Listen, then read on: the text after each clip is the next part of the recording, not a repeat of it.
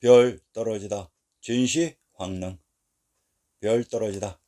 기원전 210년 진시 황제는 조령인 진시 황제가 금년에 죽을 것이라는 전년의 3가지 흉주에도 불구하고 5번째 전국 순방을 감행하게 된다.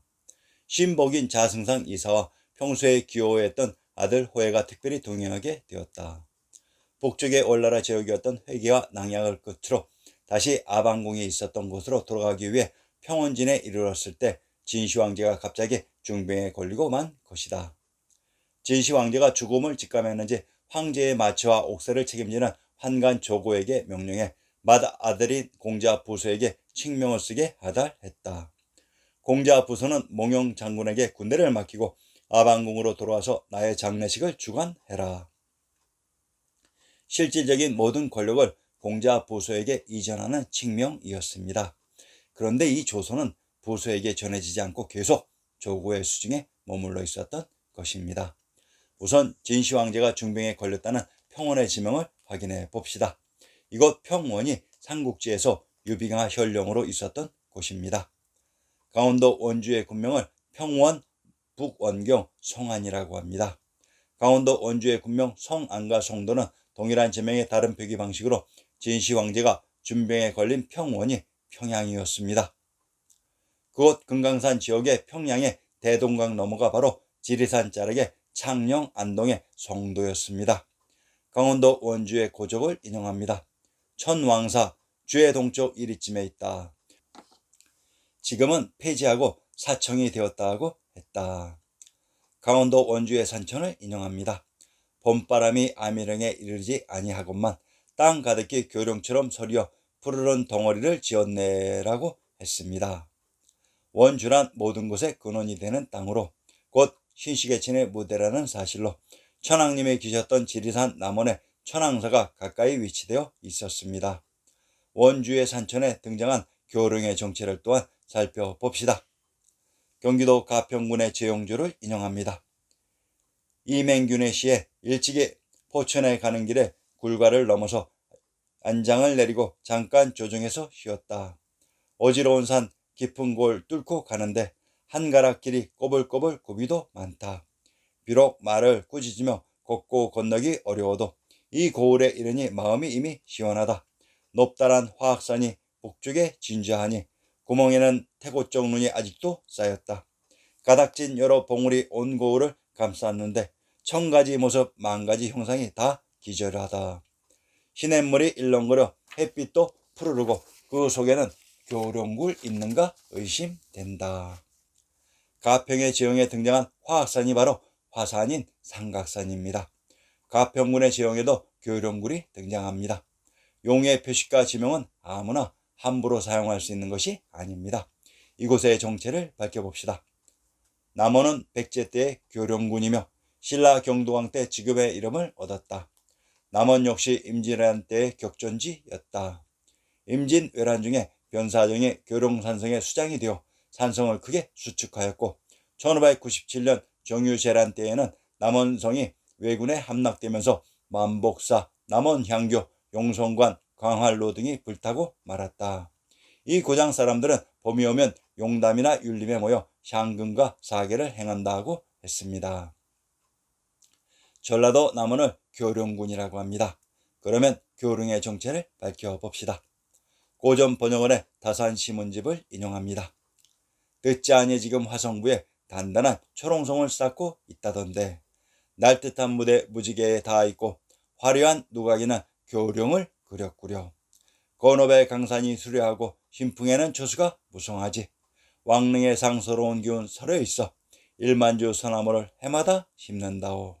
상기 다산 시문집의 부대는 화성부입니다. 그런데 그 지역의 범위가 상당히 넓습니다. 철옹성, 구중궁궐터의 성이 철옹성, 금성, 한성, 불이성인 국내성이라고 했습니다. 교룡, 지리산 자락에 천왕님이 계셨던 남원이 교룡군입니다. 건업, 남저인 오나라의 수도 금능을 건업이라고 합니다. 일만주 소나무, 남산의 소나무는 금강산입니다. 조선시대 화성의 범위가 넓었던 것으로 지리산 자락의 남원, 금강산의 남산, 금강산 북부의 금능인 건업을 포괄하는 범위가 화성이었습니다. 진시 황제가 금강산과 지리산의 경계 평양에서 병에 걸려 누웠던 것입니다. 천하의 진시 황제도 죽음이라는 운명 앞에서는 어쩔 수 없었나 봅니다. 황제의 마차가 사구에 도착하고 거기에서 진시 황제는 운명하였던 것이다. 진시 황제가 돌아가셨다고 하는 사구를 또한 찾아봅시다. 동반 견문록 카라잔조 중에 그 지방 사람들이 자기들 고유의 언어를 쓰는데 알아듣기가 매우 어렵다. 이 닷새 고리의 마지막에 그 왕국의 도읍인 야치라는 매우 크고 훌륭한 도시가 있다. 같은 페이지 주에는 즉 현지의 곤명이라고 나와 있다. 실제 현지명은 사르조우인 사주인데 여기서도 야치를 사치와 동시에 쓰고 있습니다.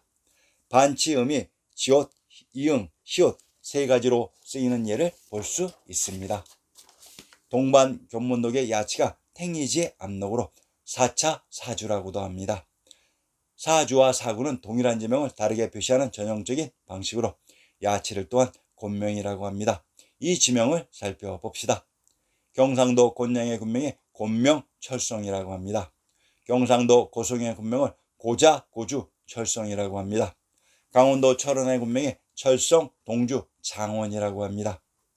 경상도 곤양의 군명이 곤명으로 군명철성이란 다산 시문집에 등장한 화성부의 초롱성입니다. 아하, 진시 황제께서 아방궁에 있었던 관중의 초롱성인 국내성에 도착해서 그곳에서 서거했던 것입니다. 오색 빛깔의 영롱한 이슬로 맺혀서 천하를 통일하고 시대의 소임을 마치고 간 진시 황제. 풍운 천리 송국 10년이 끝이 났구나. 부질없이 이슬이 맺히고 쓰러지고 또 맺히고 쓰러집니다. 차마 이슬도 이리 영롱히 맺혀서 영롱한 빛을 발하는데 우리 한반도의 코리안들은 우주와 역사의 온갖 비밀과 인연을 다 갖고 태어나서 우리들은 제 빛도 제 역사도 제 조상도 제 땅도 알아보지 못하고 우리는 죽어야 한다는 말입니까? 진시 황제가 아방궁이 올려다보이는 천하의 중심에서 천하통일이라는 황제의 소임을 다하고 승하하셨던 것입니다. 진시 황릉. 진시 황릉의 위치는 아방궁편에서 잠깐 노출이 되었는데 이를 다시 확인해 봅시다. 소식의 여산 3절구의 일부를 인용합니다.